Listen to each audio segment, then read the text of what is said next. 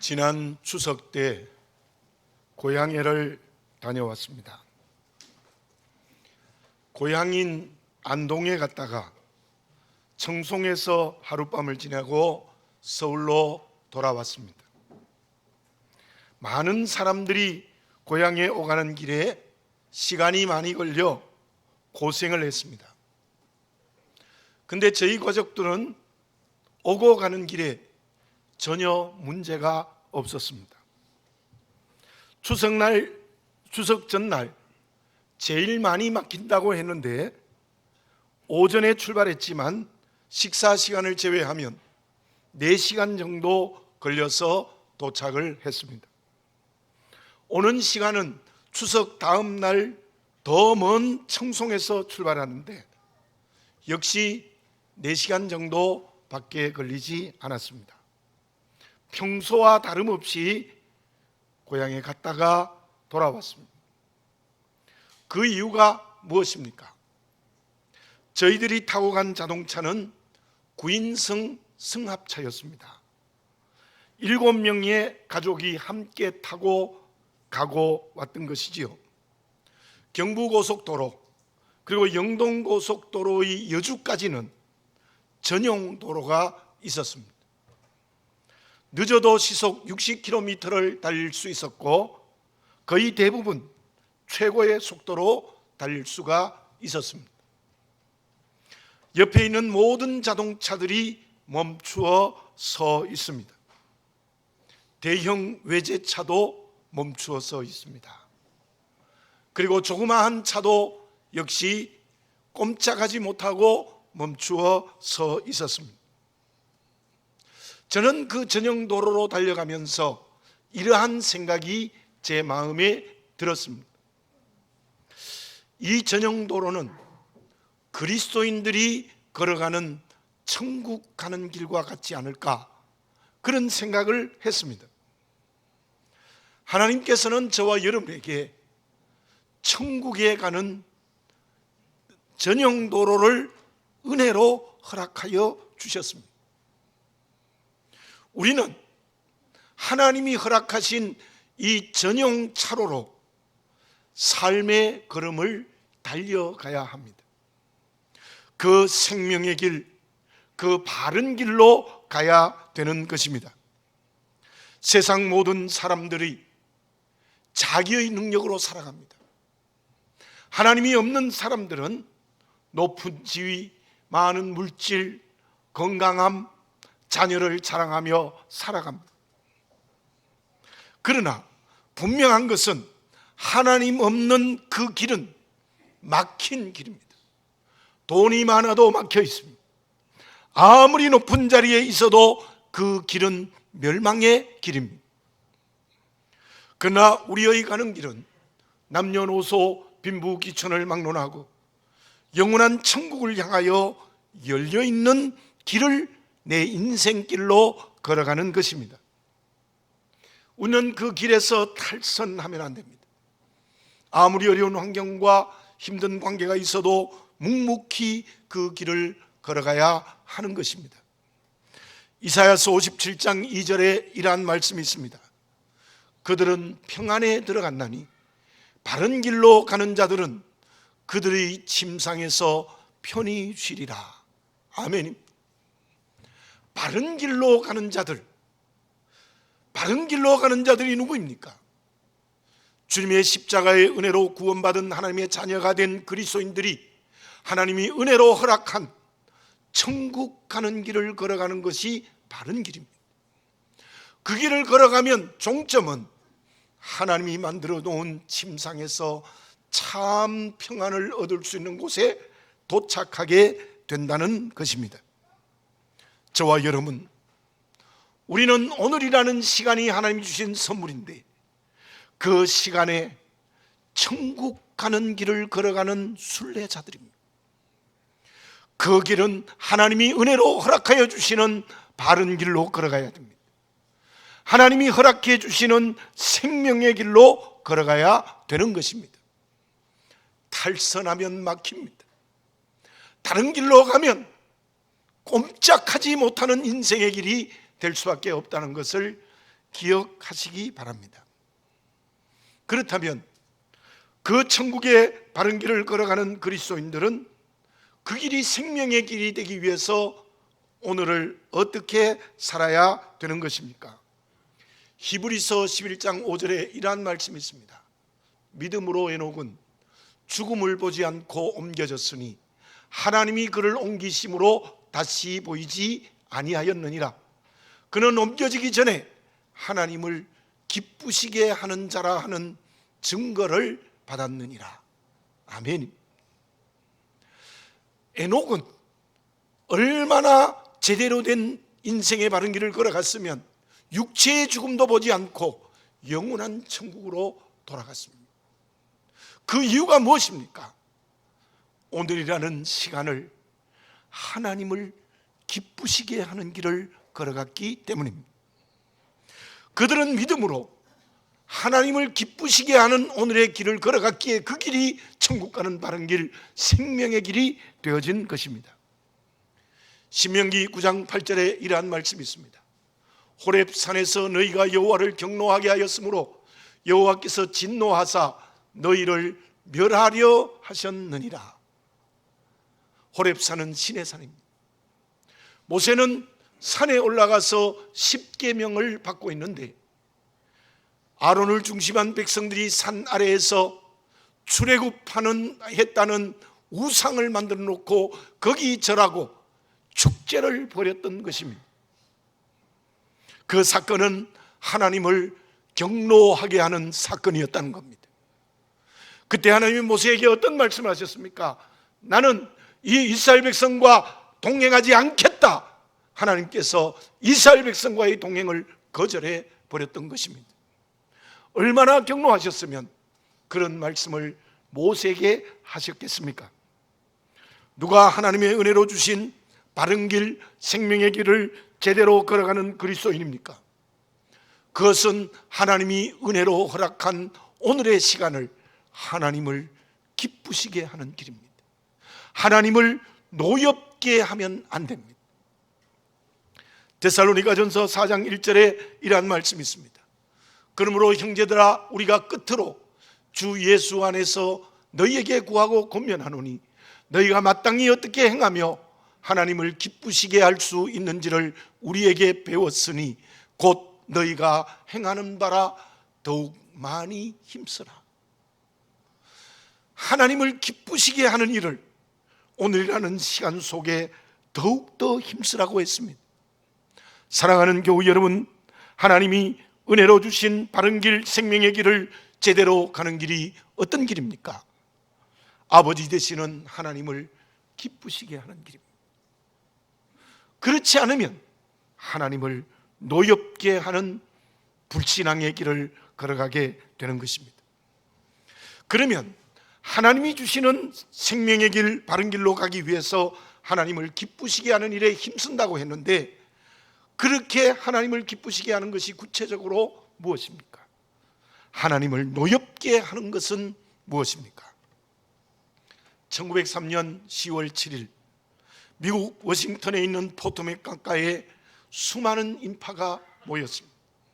정부와 군, 기자들이 함께 참여했습니다. 무인 발사체를 성공한 셰무얼 랭클리 박사가 유인 발사체의 성공을 보기 위함입니다. 그러나 그 결과는 참담했습니다. 그 비행 물체가 뜨자마자 강물에 곤두박질 치는 실패를 했기 때문입니다. 그로부터 2달 후 그해 12월 17일 12시 정각이었습니다. 캐롤라이나 주의 키티오크 해변에 형제가 같은 시도를 했습니다. 참여한 사람은 동네 사람 몇 사람밖에 없었어요. 라이트 형제가 플라이어 홀을 타고 59초 동안 260m를 날아서 최초로 유인 비행에 성공했습니다. 17년을 연구하여 당대의 최고의 학자인 셰무얼 랭클리는 실패했고 4년을 준비한 무명의 형제가 성공했습니다. 그 이유가 무엇입니까? 랭클리 박사는 이론에 대한 분석에만 치중했습니다. 무게와 엔진 동력 계산이라는 지식에만 몰두했고 바람이 부는 공기 역학에 대해서 전혀 생각지 못했기 때문입니다. 자전거 점포를 운영하던 라이트 형제는 직접 수없이 실험을 했고, 그로 인하여 그 형제는 공기 역학을 제대로 계산하여 성공을 할 수 있게 되었다는 것입니다. 랭클리 박사는 단순한 지식에 의지했고, 라이트 형제는 그 지식이 실제로 나타낼 수 있었기 때문입니다. 누가 진정한 지식을 가진 사람입니까? 라이트 형제입니다. 그 당시에 랭클리 박사와 라이트 형제는 과학적 실력이 상대가 되지 않습니다. 그럼에도 불구하고 자전거 점포를 운영하던 라이트 형제가 성공했던 것입니다. 본문의 말씀 1절에서 하나님을 아는 지식이 없다는 말씀이 나옵니다. 그 뜻이 무엇입니까? 6절을 봉독해 드립니다. 내 백성이 지식이 없으므로 망하는도다. 내가 지식을 버렸으니 나도 너를 버려 내 제사장이 되지 못하게 할 것이요, 내가 내 하나님의 율법을 잊었으니 나도 내 자녀들을 잊어버리리라. 1절과 6절에 계속되는 말씀이 무엇인가 하면 이스라엘 백성들과 제사장들은 지식이 없다는 거예요. 지식을 버렸다는 겁니다. 그 뜻이 무엇일까요? 본문의 말씀에 나타난 지식은 단순하게 아는 것을 말하는 것이 아닙니다. 신약에 와서 나타난 말씀입니다마는 마리아를 이렇게 설명을 했습니다. 사내를 알지 못하였다. 사내를 알지 못하였다는 그 뜻이 무엇이겠습니까? 남자와 여자를 구별하지 못했다는 뜻이겠습니까? 그 뜻이 아니죠. 거기에 안다라는 말은 마리아는 순수한 처녀라는 겁니다. 그동안 남자와의 성적 관계가 없었다는 것을 알지 못하였다, 이렇게 성경은 말씀하고 있습니다. 이스라엘 민족에게, 히브리 민족에게 안다는 것은 단순히 아는 지식을 말하는 게 아니에요. 특별히 오늘 본문의 말씀에서 지식을 버렸다, 지식을 잃어버렸다, 지식이 없다 하는 뜻이 무엇입니까? 그것은 바로 그 지식이 인격이 되고 삶이 되지 못했다는 뜻입니다. 하나님을 아는 것이 전 인격으로 변화되지 못했고 모든 삶으로 나타나지 못했다는 것입니다. 본문의 말씀 6절의 뜻을 좀 더 자세히 봅시다. 왜 이스라엘 백성들이 하나님을 아는 지식을 버렸습니까? 그것은 먼저 제사장들이 하나님을 아는 지식을 버렸기 때문입니다. 그 이유를 이렇게 설명하고 있습니다. 하나님의 율법을 잊어버렸다. 제사장들이 하나님의 율법을 잊어버릴 턱이 있겠습니까?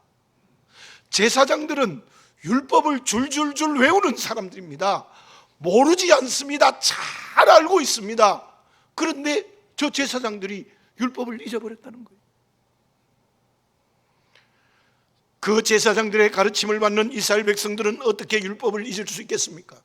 이스라엘 민족들은 글을 읽기 시작하면 창세기 1장 1절부터 읽어요. 태어나면서 글을 알 때부터 창세기 1장 1절부터 읽는 그들이 율법을 어떻게 잊어버리겠어요? 줄줄줄 아이들도 외워요. 근데 왜 하나님은 호세아를 통하여 제사장들도 백성들도 모두 율법을 잊어버렸다고 말한 겁니까? 율법을 모른다고 말한 겁니까? 그것은 제사장을 비롯하여 온 이스라엘 백성들이 율법이 인격이 되지 않았습니다. 율법이 삶으로 나타나지 않았기 때문입니다. 1절의 뜻이 무엇입니까? 제가 다시 한번 1절을 봉독해 드리겠습니다. 이스라엘 자손들아, 여호와의 말씀을 들으라. 여호와께서 이 땅 주민과 논쟁하시나니 이 땅에는 진실도 없고 인애도 없고 하나님을 아는 지식도 없다. 진실도 없고 인애도 없고 하나님을 아는 지식도 없다. 저 말씀의 뜻은 1계명에서 4계명까지의 말씀을 거역했다는 겁니다. 나 외에 다른 신이 없느니라. 여호와의 이름을 망령되이 일컫지 말라. 너를 위하여 우상을 만들지 말라. 안식일을 기억하며 거룩하게 지켜라. 그 말씀을 다 버려버렸다는 거예요. 다시 말씀드리면 저 당시에 이스라엘 백성들은 하나님이 주인이 아닙니다. 하나님이 율신이 아니에요.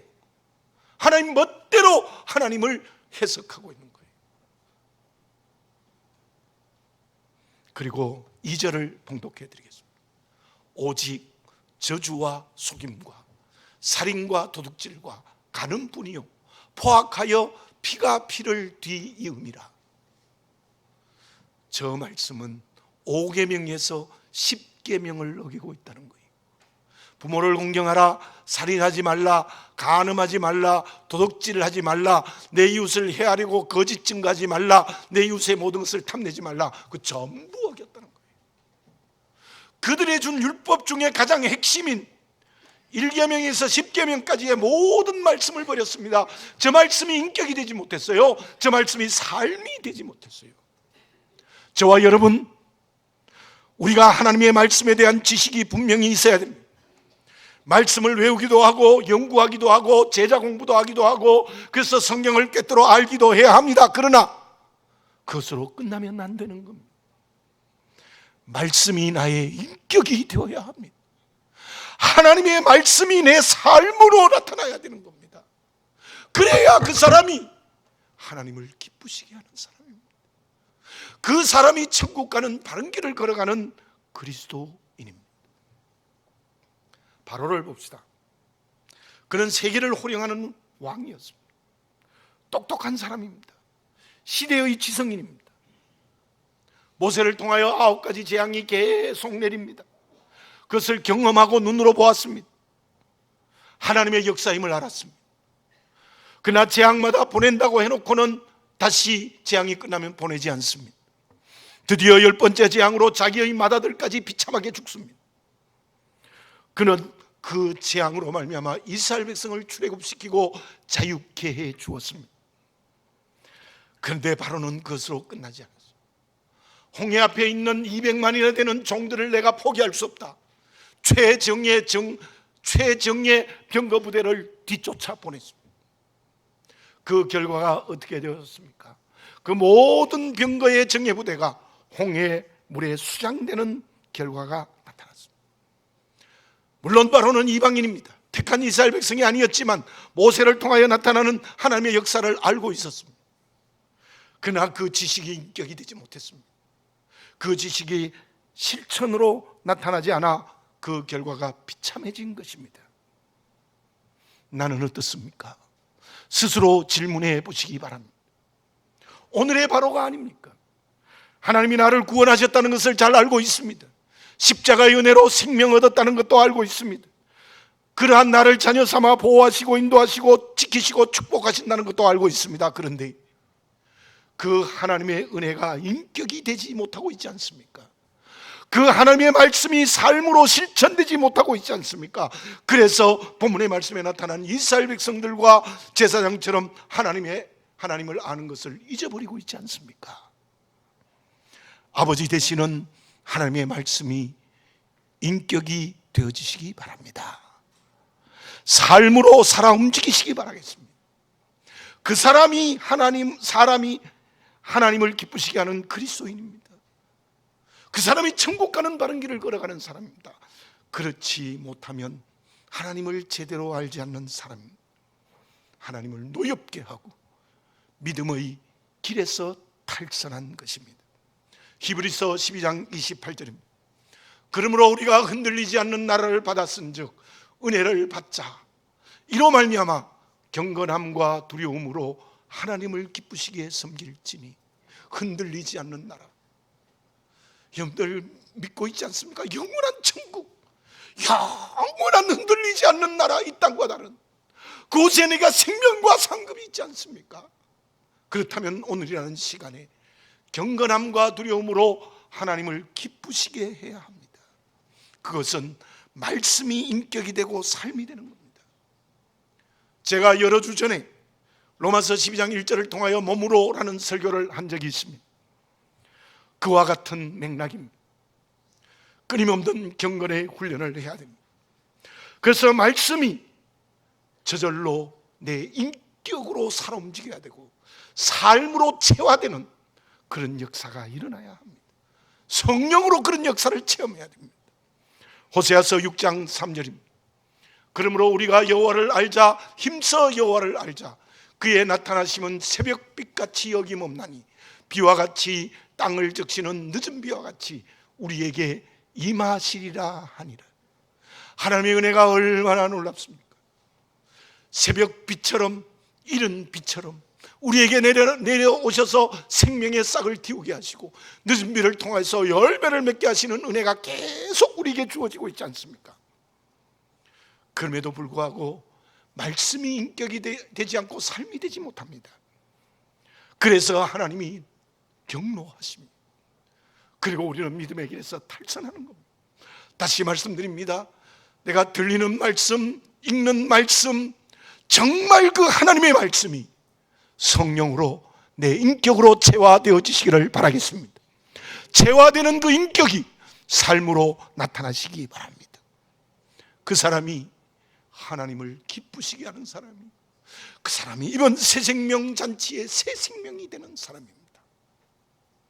그러면 여호와를 아는 지식이 인격과 삶이 되는 그리스도인을 하나님이 기쁘시게 한다고 했는데 그 구체적인 삶의 실천이 무엇입니까? 하나님을 노엽게 하는 것은 어떤 삶입니까? 치타는 지구상에서 4다리를 가진 동물 중에 제일 빨리 달린대요. 3초 만에 시속 100km를 달릴 수 있고 120km까지 속력을 높일 수 있대요. 먹잇감을 놓치지 않을 수 있는 속도를 가졌다는 겁니다. 그런데 그 치타에게 더 중요한 것은 치타의 눈입니다. 다른 동물보다 눈이 훨씬 더 크대요. 그 이유는 이러합니다. 목표물을 정확히 보고 낚아채기 위함이래요. 올빼미의 눈이 크다는 것을 우리가 잘 알고 있습니다.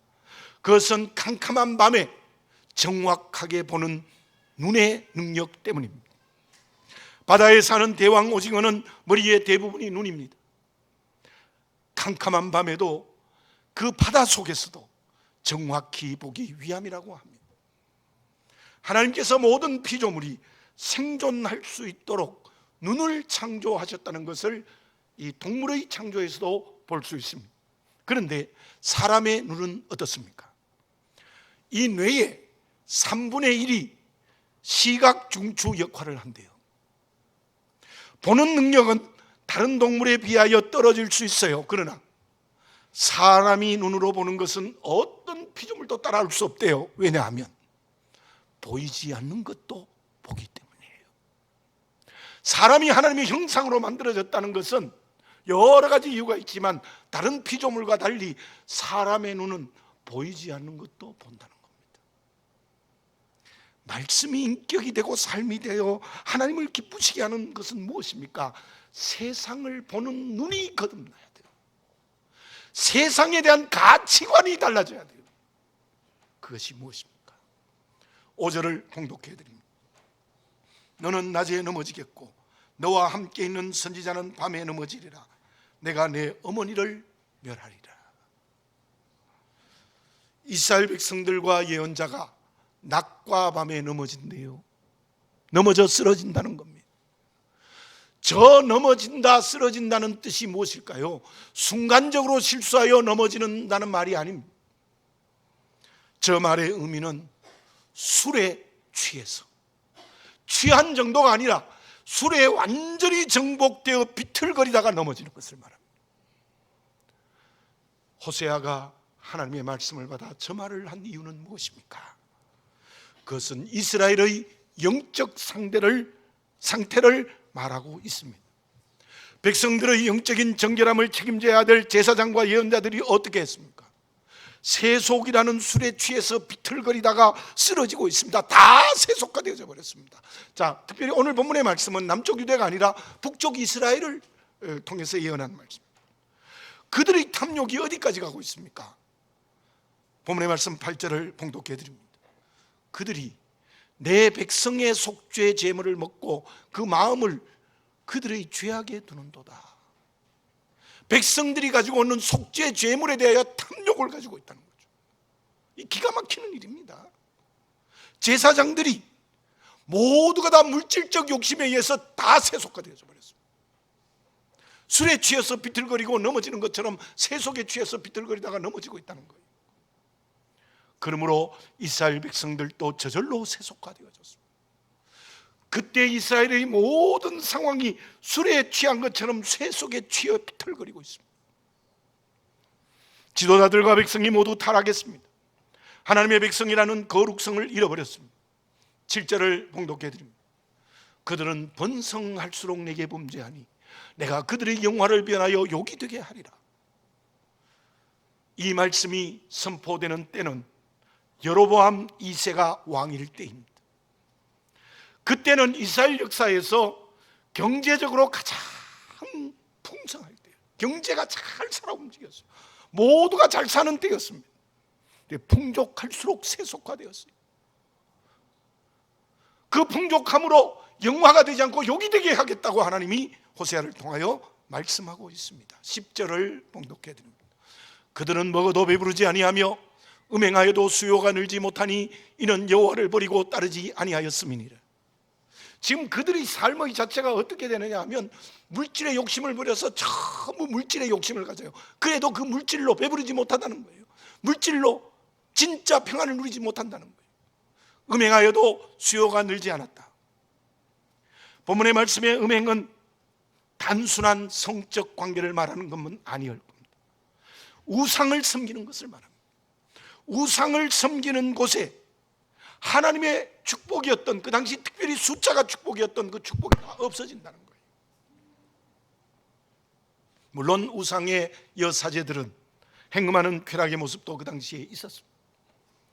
그래서 말씀이 인격이 되지 못하고 삶이 되지 못했습니다. 하나님을 노엽게 하는 불신앙. 그게 이방인이 아니라 이스라엘 백성이 그랬다는 거예요.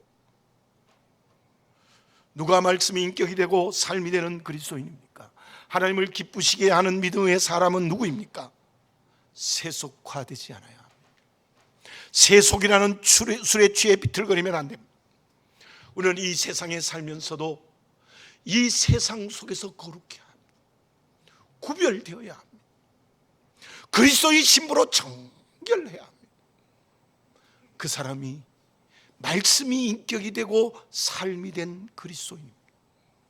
왜 노아 시대의 사람들이 모두 물로 심판받았습니까? 창세기 6장 11절 12절입니다.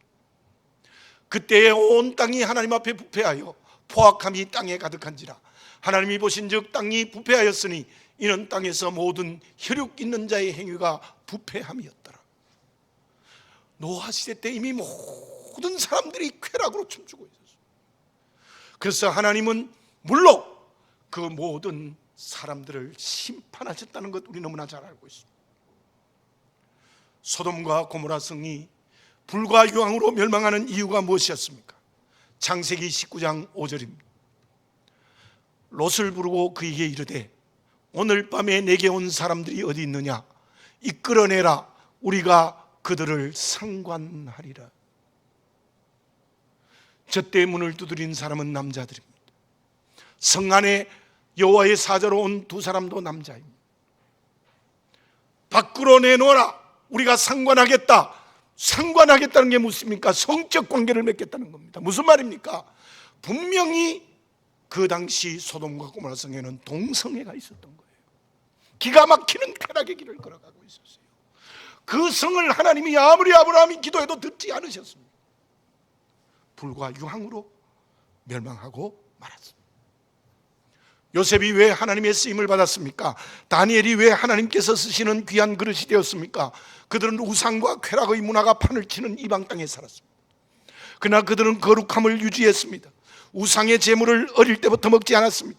여인의 유혹을 이겼습니다. 우상에게 절하지 않았습니다. 그때 하나님께서는 요셉과 다니엘을 세워 이방 나라를 다스리는 권세를 주셨습니다. 요한계시록 3장 4절입니다. 그러나 사대에 그 옷을 더럽히지 아니하는 자 몇 명이 내게 있어 흰 옷을 입고 나와 함께 다니리니 그들은 합당한 자인 영혼이라 성경 말씀에 우선 성도에 오르는 행실입니다. 4대에 정결한 거룩하게 살아가는 세속화되지 않은 몇 명이 있는데 그 사람이 흰옷을 입은 사람이고 그 사람은 나에게 합당한 자라고 말씀하고 있습니다. 이 세상에서 세속화되지 않고 구별되게 사는 것이 천국에 합당한 사람입니다. 사랑하는 교우 여러분, 이때가 참으로 혼란한 시대입니다. 하나님이 없습니다. 참으로 죄송하지만 많은 교회 안에 하나님이 없어요. 하나님이 주인 되지 않아요. 그리고 온갖 쾌락이 춤을 추고 있습니다. 어떻게 살아야 되겠습니까? 이곳에서도 우리는 구별되어야 합니다. 그리스도의 신부로 정결해야 합니다. 거룩해야 합니다. 그 사람이 인격과 삶이 말씀으로 살아 움직이는 살아있는 그리스도인입니다. 그 사람이 천국 가는 길에 바른 길을 걸어가는 생명 넘치는 그리스도인입니다. 그러면 하나님이 기뻐하는 사람, 즉 하나님을 힘써하는 사람은 어떤 축복을 받고 하나님을 노엽게 하는 사람은 어떤 하나님의 심판을 받습니까? 본문의 말씀 5절 하반절을 같이 한번 읽어보겠습니다. 시작. 내가 내 어머니를 멸하리라. 아멘. 하나님의 심판의 음성입니다. 어머니는 이스라엘 전체를 말하는 것입니다. 내가 너희들 모든 이스라엘을 멸망해버리겠다. 하나님의 심판의 음성입니다. 6절 하반절을 같이 한번 읽어보겠습니다. 시작. 나도 내 자녀들을 잊어버리리라. 너희들이 나를 잊어버렸으니 나도 너희들을 잊어버릴 거다. 하나님이 우리를 잊어버리겠다요. 언약의 관계를 깨뜨려버리겠대요. 심하게 말씀드리면 구원의 관계를 끊어버리겠다는 약속. 무섭지 않습니까? 그리고 7절에 보면 영화를 변하여 욕이 되게 하리라. 너희들이 물질로 영화롭고 권력으로 영화롭고 세상의 것으로 영화로운 줄 알지만 그것을 욕이 되게 하겠다고 하나님이 말씀하십니다. 9절 하반절입니다. 같이 한번 읽어보겠습니다. 시작. 내가 그들의 행실대로 벌하며 그들의 행위대로 갚으리라. 행한 대로 갚으리라. 계시록 22장에 보면 행한 대로 상을 준다 했는데 여기는 행한 대로 갚아주신다는 거예요. 그 행한 대로 갚으면 그 심판의 모습이 얼마나 클까를 생각해 보시기 바라겠습니다. 결국 북쪽 이스라엘은 어떻게 되어졌습니까? 기원전 721년에 아시리아라는 북쪽의 대국을 통해 나라가 완전히 멸망했습니다. 멸망 정도가 아니에요. 사마리아에는 그 이방인들을 대거 데려와서 피를 섞어버렸고 수도였던 사마리아의 많은 사람들을 아수리아로 끌고 가는 비참한 결과가 주어졌습니다. 본문의 말씀을 바꾸어 생각해 봅시다. 하나님을 기쁘시게 하는 사람에게는 하나님이 어떻게 하십니까? 자녀의 자리를 굳게 세워주실 줄 믿습니다. 잊지 않으시고 우리의 손을 잡고 계시는 줄 믿습니다. 우리가 힘들고 어렵고 눈물이 나고 고생할 것 같아도 우리를 영화롭게 하는 은혜를 허락하여 주실 것입니다. 그리고 하나님이 귀하게 쓰임받는 그릇이 되게 해 주실 줄 믿습니다. 전능하신 하나님께서요 영화를 주시고 귀하게 쓰임받고 잊지 아니하시고 자녀의 자리에 굳게 세워준다는 거예요. 이 축복을 받는 우리 모두가 되어져야 될 줄로 믿습니다. 사랑하는 교우 여러분들, 새생명잔치가 말로만 해서 안 될 겁니다. 우리 모두 가장 먼저 내가 새 생명이 되어야 합니다. 그 길이 무엇입니까? 천국 가는 바른 길을 걸어가는 사람. 나에게 질문해 보시기 바랍니다. 나는 지금 하나님을 기쁘시게 하는 삶의 걸음을 걷고 있습니까? 아니면 하나님을 노엽게 하고 있지 않습니까? 기도드리겠습니다. 걸어가신 아버지 하나님, 이번 저희들 새생명잔치를 시작하는 과정에 있습니다. 먼저 저희들이 새로워지는 성령의 은총을 받게 해 주시옵소서. 오늘 이 시간 성령으로 우리를 거듭나게 해 주시옵소서. 오늘 우리를 새롭게 하여 주시옵소서. 변화의 은총을 체험케 하여 주시옵소서. 참으로 시대가 혼란스럽습니다. 무엇이 선인지 무엇이 악인지 모르는 이 세대에 저희들은 살아가고 있습니다. 우리의 인격과 우리의 삶이 말씀으로 체화되어 그것이 삶이 되어 거룩하고 구별되게 오늘을 살아가게 하여 주시옵소서. 그때 하나님께서 내 믿음의 자리를 굳게 세우시고 잊지 아니하시고 영화롭게 하시고 또한 사명을 허락하여 주시는 줄 믿습니다. 아버지 하나님, 다시 한번 주시는 말씀 앞에 겸허히 있어서 하나님을 기쁘시게 하는 오늘의 시간을 살아가는 지혜로운 그리스도인이 되게 하여 주시옵소서. 예수님의 이름으로 기도드립니다. 아멘.